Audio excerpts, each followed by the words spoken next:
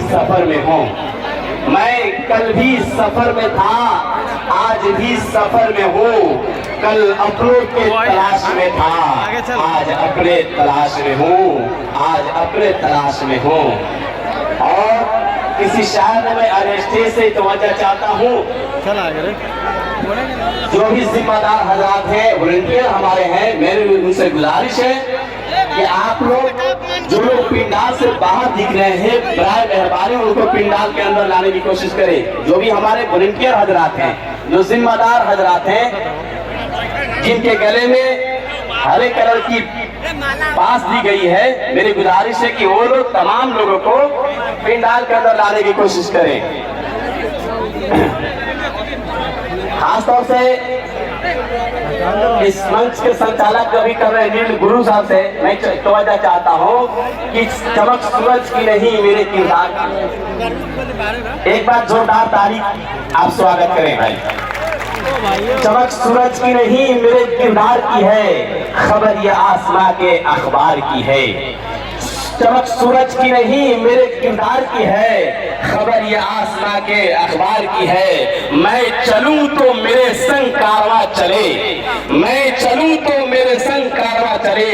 बात गुरूर की नहीं एतबार की है, बात गुरूर की नहीं एतबार की है। आज जितनी भी भीड़ देख रहे हैं, ये सब मेरे सरर साहब की मोहब्बत में यहाँ पे सब लोग आए हुए हैं। इंशाअल्लाह हम लोगों के लिए खुशनसीबी है कि इस चंपारण की धरती पर पहली बार बैरिस्टर असदुद्दीन ओवैसी किसी दूसरे बैरिस्टर का आगमन अगर हो रहा है, करमचंद गांधी के बाद अगर किसी बैरिस्टर के आगमन यहाँ पे हो रहा है, वो जो शख्सियत है, अजीम शख्सियत बैरिस्टर असदुद्दीन ओवैसी, जो कि हैदराबाद से चलकर गांधी के कर्म भूमि पर पाक सरजमी ढाका पे तशरीफ ला रहे हैं। हम लोग उनके सुनने आए हैं। इंशाअल्लाह ये जो मजमा अभी हम लोग के सामने है, इंशाअल्लाह इस मजमा के अलावा और भी बहुत सारे हजरात जो सफर में हैं, बहुत कुछ ही मिनटों के अंदर सारे लोग का आगमन होने वाला है। मैं यही कहूंगा कि अब सबको मालूम हो चुका है कि ये मेरा कायद है या नहीं है। सब लोग अपने जिगर पे हाथ रख के देखेंगे तो फैसला करेंगे और उनके दिल से यही आवाज निकलेगी, अगर कोई मेरा सियासी रहनुमा है, अगर कोई मेरा सियासी कायद है, अगर मेरी बात कोई मानने वाला है, मजलूमों के ऊपर कोई बोलने वाला है, पार्लियामेंट के अंदर कोई बोलने वाला है, वो एक ही शख्स होगा जिसका नाम बैरिस्टर असदुद्दीन ओवैसी साहब। मेरे दोस्तों, मैं आपसे गुजारिश करना चाहता हूं, मैं 2 शेर पढ़कर अपनी जगह लेता हूं। मैं चाहता हूं कि हिंदू और मुस्लिम के ऊपर 2 शेर पढ़कर अपनी जगह लें। आप सुनना चाहते तो हाथ उठाकर एक बार बोले हिंदुस्तान जिंदाबाद। 2 शेर आपके समातों के हवाले कि एक दूसरे का हम सभी सम्मान करेंगे। ऑल इंडिया मजलिस हर व्यक्ति को, हर समाज के लोगों को यहाँ पे स्वागत करती है। वो शेर समाता है कि एक दूसरे का हम सभी सम्मान करेंगे, एक दूसरे का हम सभी सम्मान करेंगे। झगड़ा न कभी हिंदू मुसलमान करेंगे, झगड़ा न कभी हिंदू मुसलमान करेंगे। देखिए, हमारी जिम्मेदारी नहीं है, हमने कभी भी है और हम हमेशा इस बात को आपसे कहेंगे कि एक तरफ बतख मियां अंसारी है तो दूसरी तरफ गोडसे है।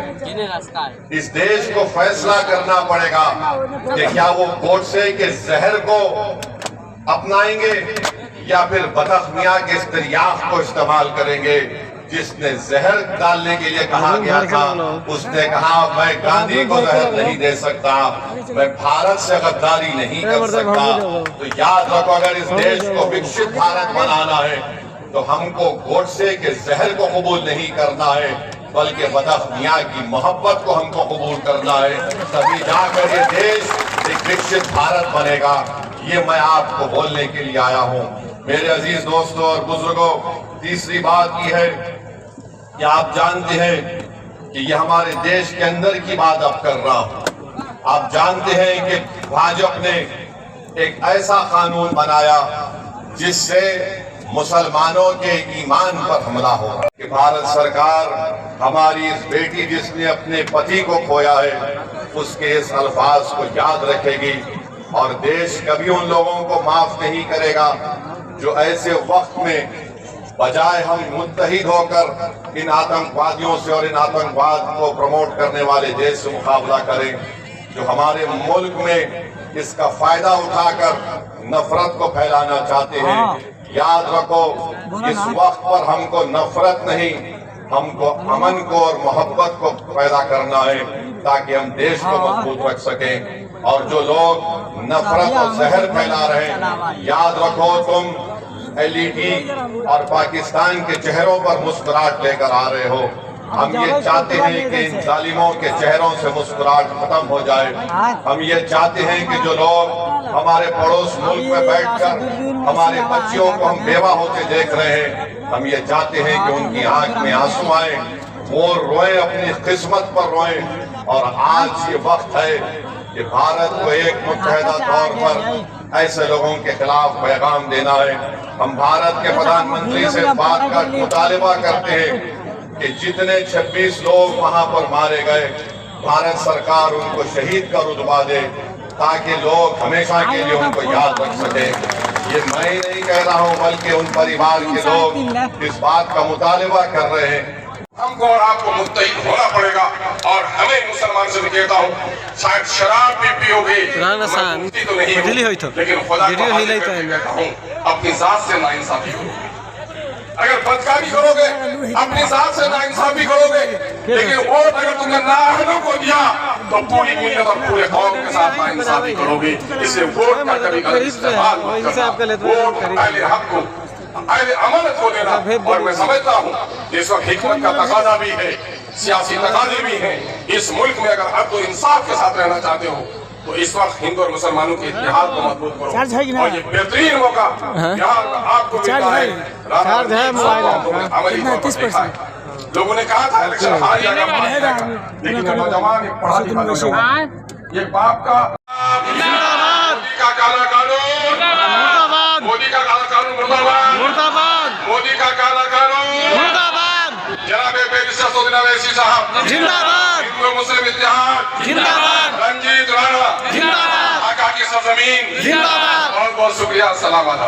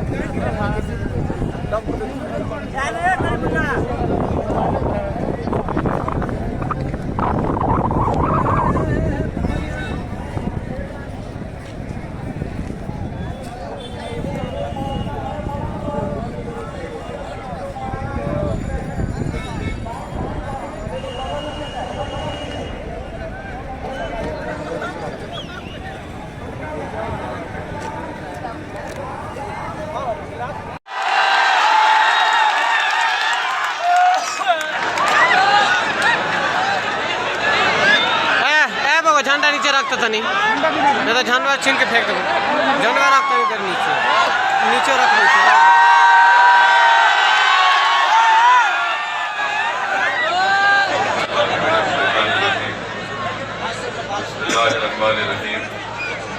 अस्सलाम वालेकुम व रहमतुल्लाहि व बरकातुहू। आवाज बढ़ाइए माइक का खड़ा तो नहीं ने बैठे थे बहुत से हाज़रीन इकराम, बुजुर्गान कौम और मिल्लत, मेरी इज़्ज़तदार माँ और बहनों, गयूर नौजवान साथियों, मंच पर बैठे हुए बिहार प्रदेश के मजलिस इत्तेहादुल मुस्लिमीन के सदर MLA जनाब अख्तरुल ईमान साहब, साबिक़ा रुकन असम्बली वो बहादुरगंज विधानसभा के MIM पार्टी के उम्मीदवार जनाब तौसीफ आलम साहब, मेरे छोटे भाई वो MIM पार्टी के नेशनल स्पोक्स पर्सन जनाब आदिल हसन साहब, मुफ्ती अतर जावेद साहब, मेरे छोटे भाई जनाब राना रंजीत सिंह साहब, गुलाम सरवर साहब, हसनैन साहब, इश्तियाक साहब, जनाब हैबर साहब, जनाब फारूक साहब। हम इंतजार कर रहे हैं कि कब हमारे मरने वालों से इंसाफ होगा। हम उम्मीद करते हैं कि भारत सरकार एक ठोस और मजबूत इक़दाम करेगी ताकि आतंकवाद का खात्मा हो सके। दूसरी बात, मेरे अजीज दोस्तों और बुजुर्गों, मैंने कहा कि मेरी खुशकिस्मती है कि मैं यहाँ पर इस तारीखी सरजमीन पर आया हूँ और जो लोग बिहार हो या भारत हो यहाँ पर जहर उगल रहे हैं समाजों के दरमियान में, समुदाय के दरमियान में, मैं उनको याद दिलाना चाहता हूँ कि बदख मियान अंसारी ने जो कुर्बानी दी उसको याद रखो। उनको कहा गया कि गांधी जी के खाने में जहर मिला दिया जाए तो उस शख्स ने कहा कि मैं नहीं मिला सकता और जाकर गांधी जी को बता दिया कि आपके खाने में जहर डाल दिया गया है। ये और बात है कि कितनी सरकारें बनी भारत में मगर किसी ने भी बदख मियां को वो इज्जत नहीं दी जो उनको मिलनी चाहिए थी। खैर, बदख मियां को इज्जत नहीं मिली, हम उनको हमेशा याद रखेंगे, अपनी औलादों को सिखाएंगे कि देखो ये वो शख्स था, अगर वो जहर दे देता। हमारी एक बेटी जिसकी शादी हो के चंद दिन हुए थे, उसने अपने खानदान वालों के साथ बीटी स्टेशन पर थी। पाकिस्तान से आए हुए आतंकवादियों ने वीटी स्टेशन पर गोलियां मारकर लोगों की हत्या की, तो उसमें निजामाबाद की एक नई दुल्हन भी मारी गई थी।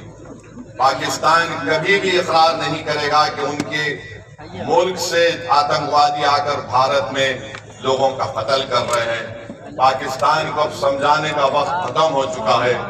मैं बड़ी जिम्मेदारी के साथ जज्बात में लाए बगैर कह रहा हूं कि ये वक्त जवाब देने का है, ये वक्त सोचने का नहीं है। वरना याद रखिए, हर 6 महीने, हर 2 महीने के बाद ये आती है, या तो हमारी फौज या हमारी सीआरपीएफ के जवानों को या फिर मासूम कश्मीरियों को निशाना बनाती है।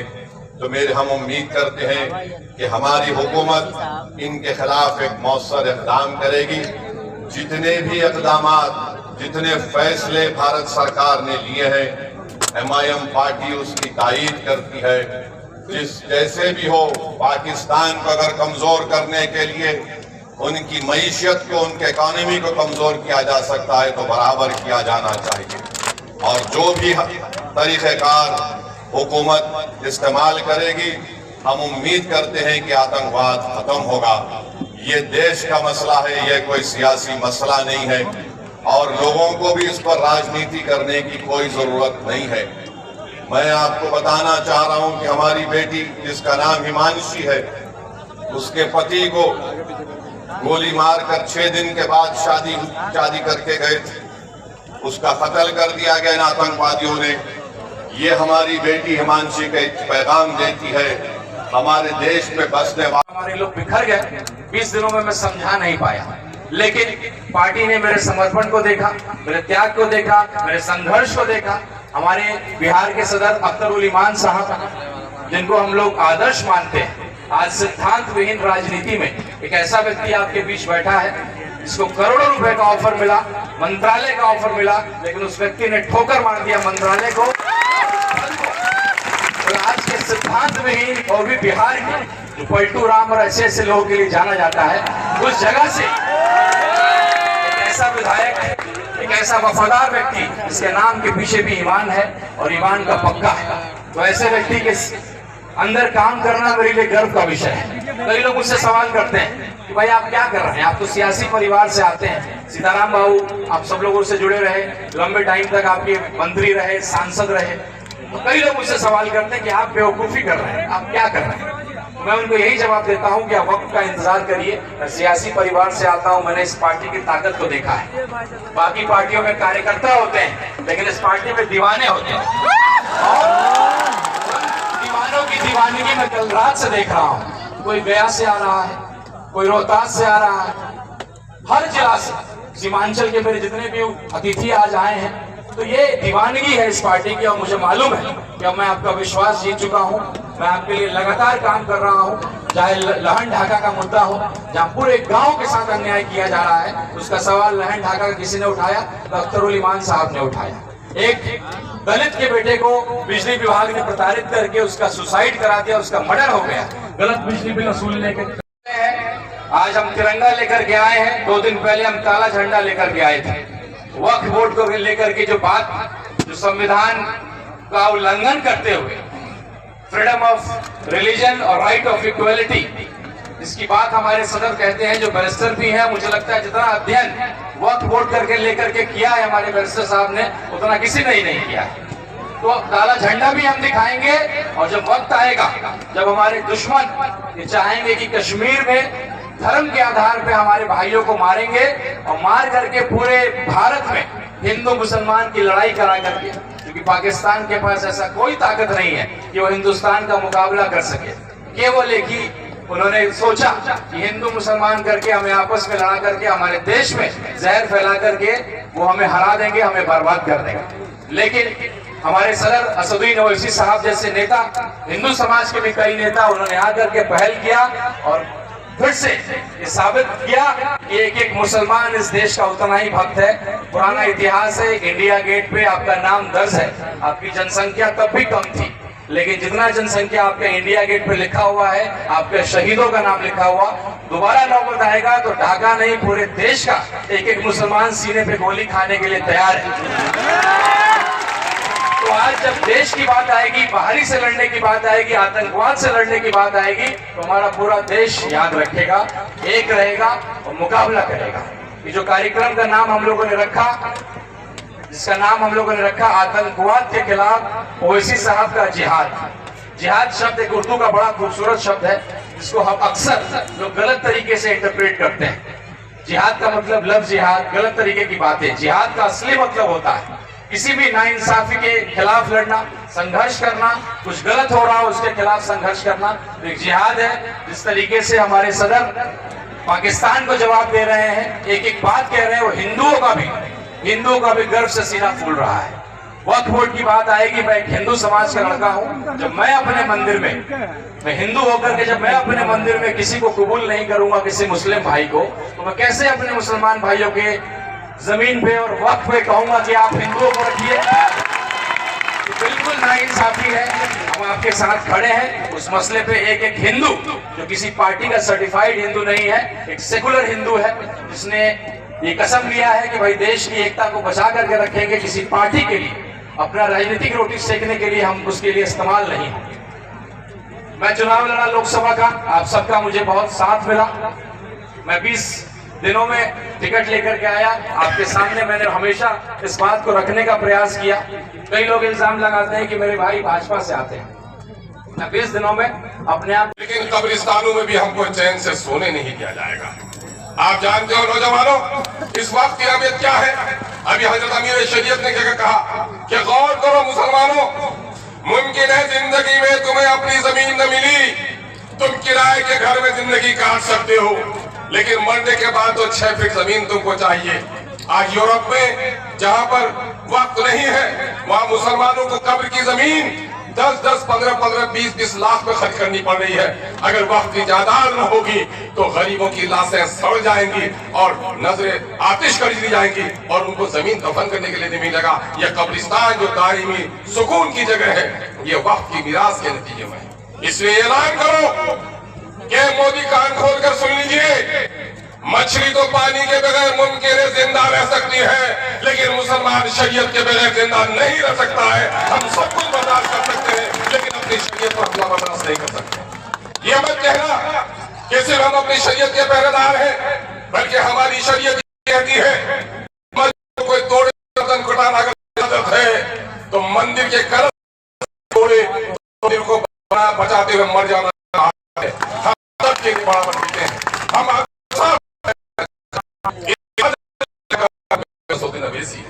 इसी कयाम का नाम इत्तेहादुल मुस्लिमीन है। जो बिहार में आई, हम लोग जब सीमांचल में लड़ रहे थे, मेरे गैर मुस्लिम भाइयों को कहा जाता था ये पार्टी आएगी तो ऐसा कर देगी, वैसा कर देगी। है कोई माई जो बच्चे मुस्लिम कभी हिंदू में फितना पैदा करने का काम किया है? ए मोदी, फितना पैदा तेरी आदत है। लोगों के बहते हुए खून से तुझे खुशी होती है।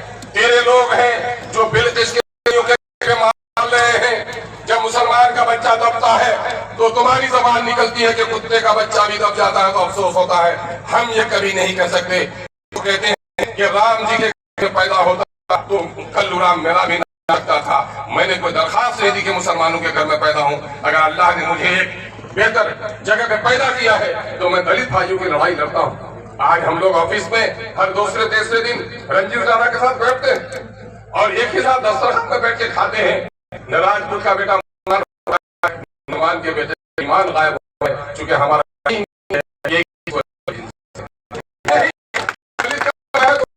मेरे साथ पानी मेरा ईमान नहीं जाएगा। खुदा की कसम है मेरे इंसाफ की पहचान बनता है। कलेजा शेर का चीते की फुर्ती जिस्म इंसान का, कलेजा शेर का चीते की फुर्ती जिस्म इंसान का, जब एक हो जाए तो अख्तरुल ईमान बनता है। अख्तरुल ईमान है।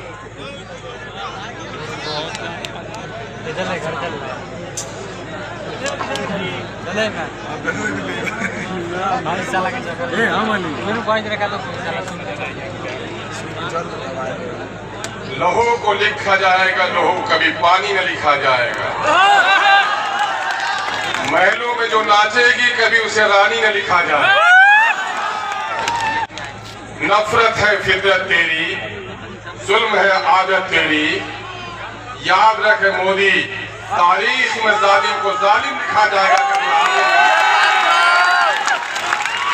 सरजमीने शिवहर के ढाका के इस खेल मैदान में आज के इस तारीख साज इनकलाबी इत्तेहादी एहतजाजी जलसा बउनवान आतंकवाद के खिलाफ अवैसी का जिहाद और हिंदू मुसलमानों का पाकीज़ा इत्तेहाद और उसके साथ ही वक्फ के काले कानून, वक्फ के बातिल कानून, आईने हिंद को तोड़ने और मरोड़ने की नापाक साजिश के खिलाफ आज के इस बावकार जलसे के सदर हम सबों के महबूब नजर पूरी दुनिया में अपनी बेबाकी और बेखौफी के लिए मशहूर हिंदुस्तान के मजलूमों की, मायूसों की, मजलूमों की एक तवाना और बेबाक आवाज आज के महफिल के सदर, कुल हिंद मजलिस इत्तेहादुल मुस्लिमीन के सदर जनाबे बैरिस्टर सऊदीन अवैसी साहब दाइस में तशरीफ फरमा शहर हैदराबाद के पार्टी के जिम्मेदार साथी रुकने असेंबली जनाबे माजिद हुसैन साहब, अभी अभी पार्टी में पूरे अज़्म और इरादे के साथ शामिल होने वाले बहादुरगंज के साबिक एमएलए जनाबे भाई तौसीफ आलम साहब और आज के इस बज़्म के सिपह सालार या बज़्म का दूल्हा, आप सबों का महबूब और मकबूल लीडर, पार्टी का बहुत ही प्यारा, वफादार और वेल डिसिप्लिन लीडर, सीताराम बाबू के आदर्शों पर चलने वाला उनका आदर्श पुरुष बेटा जनाबे राणा रंजीत साहब दाइस पे तशरीफ फरमा, पार्टी के कौमी तर्जुमान जनाबे भाई आदिल हसन एडवोकेट साहब, अजीजी वकार सिद्दीकी साहब, पार्टी के जिला सदर जनाबे भाई नसीम अख्तर साहब, सीमांचल के मशहूर आलिम दीन मुफ्ती अतर जावेद कासमी साहब, पूर्णिया जिला के चेयरमैन जिला परिषद नुमाइंदा जनाबे भाई गुलाम सरवर साहब,